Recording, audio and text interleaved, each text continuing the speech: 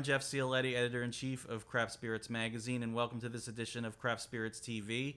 Well, it's summer. Things are starting to open up a bit gradually. Very cautious, but if everybody keeps getting vaccinated, we should be getting through this.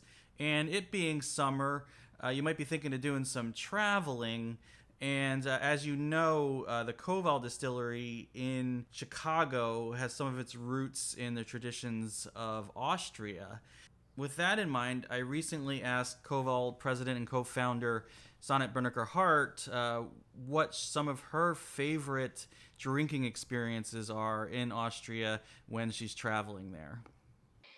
Going to a small Mostschenke in Austria, which I would recommend, to anybody, or a Hurrigan. But I would say it's really in the Mostschenke that you'll find more of the brandies and the liqueurs. And a Hurrigan, for those that don't know, it's a wine restaurant, but it's also a winery where they grow their own grapes and they make their own wine. And when you go to the Hurricane, you have the wine of the year.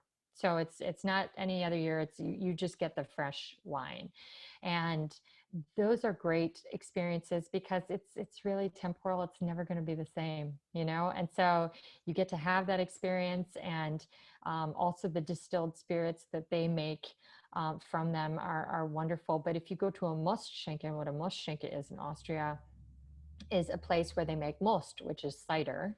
But it's the definition of cider there sort of expanded to what we experience here. So it's not just apples. In fact, it's primarily pears. So they make cider out of a lot of different kinds of pears that are specific for the manufacturing of cider, that we don't even grow a lot of these varieties here. And yet they have an entire menu, always at a Mostschenke, of distilled spirits. And they're always regional. So you can go down and see what they have. And it's an incredible menu of different flavors and, local traditions even.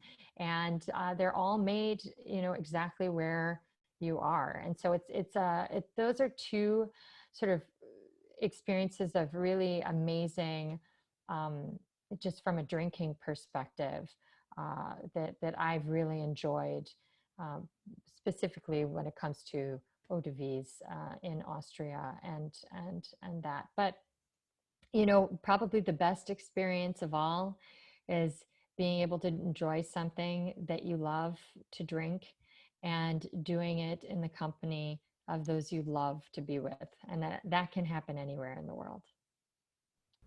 Thank you, Sonnet. Always great to hear from you. Before we go, I wanted to remind everybody the new issue of Craft Spirits Magazine is now available. It should be arriving in your inbox, but if you're not subscribing yet, head over to craftspiritsmag.com and get yourself a complimentary subscription of the digital magazine. And until next time, I'm Jeff Cioletti, and this is Craft Spirits TV.